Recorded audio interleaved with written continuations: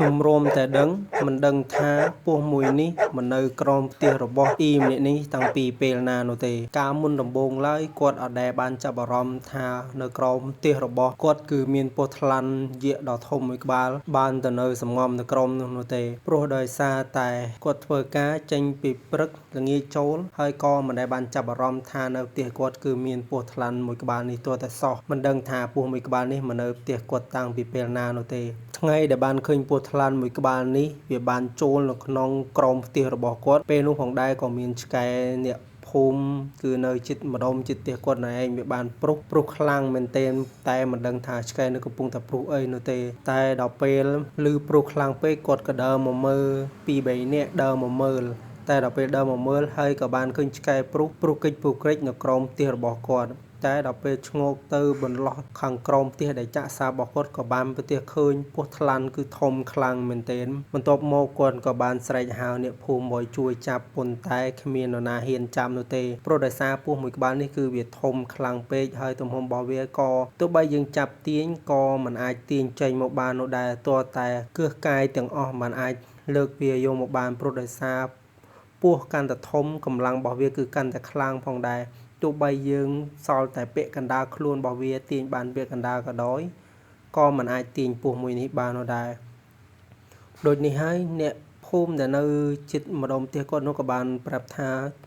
ឲ្យចុចហៅអ្នកចាប់ពស់ដែលគេល្បីតាម Facebook ដើម្បីយកមកចាប់ពស់នៅក្នុងផ្ទះគាត់នេះមកបើមិនអញ្ចឹងទេវាអាចនឹងមានគ្រោះថ្នាក់ដល់ថ្ងៃក្រោយក៏ថាបានដែរព្រោះដោយសារពស់មួយក្បាលនេះធំខ្លាំងមែនទែនសំបីតែមនុស្សម្នាក់ក៏វាអាចលេបរួចផងដែរមិនថាធំប៉ុណ្ណាទេក៏វាអាចលេបរួចដែរពស់ទំហំពស់មួយនេះគឺធំខ្លាំងតែមែនទែនតែចុងក្រោយគាត់ក៏បានស្ដាប់តាមសម្ដីរបស់អ្នកជិតខាងរបស់គាត់ហើយក៏បានចុចទៅអ្នកដែលចាប់ពស់ដែលល្បីនឹងប៉ុន្តែទម្រាំតែគេមកដល់គឺអំឡុងក្នុងនឹងគឺប្រហែលជា2 ម៉ោងហើយបានគាត់មកដល់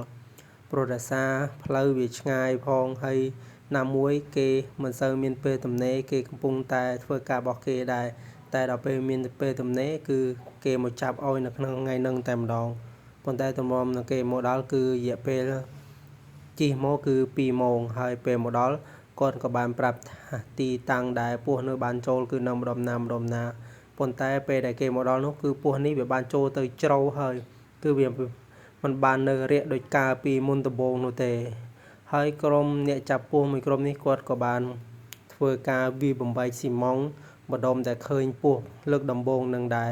ប៉ុន្តែដល់ពេលគាត់វាយមកគឺកាន់តែជ្រៅទៅព្រោះដោយសាររោងដែលវាច្រោះដៃនៅក្រោមផ្ទះគឺវាជ្រៅខ្លាំងមែនទែនទម្រាំតែគាត់ឆ្កឹះវាយបំបែករកឃើញគឺឆ្ងាយមែនទែនត្រឹមគឺជិតដល់ពាក់កណ្ដាលផ្ទះរបស់គាត់ផងដែរតែទម្រាំតែទាញវាមកបានក៏មិនងាយនោះដែរព្រោះដោយសារពស់នេះវាធំហើយវាមានកម្លាំងខ្លាំងទាល់តែគើសយកទាំងអស់ទើបអាចចាប់វាបានតែទីបំផុតការចាប់ពស់របស់បុរសមួយក្រុមនេះក៏បានជោគជ័យហើយអ្វីដែលសំខាន់គឺប្រុងប្រយ័ត្នផងបងប្អូនពស់មួយក្បាលនេះគឺសំបីតែមនុស្សក៏វាអាចលេបរួចដែរ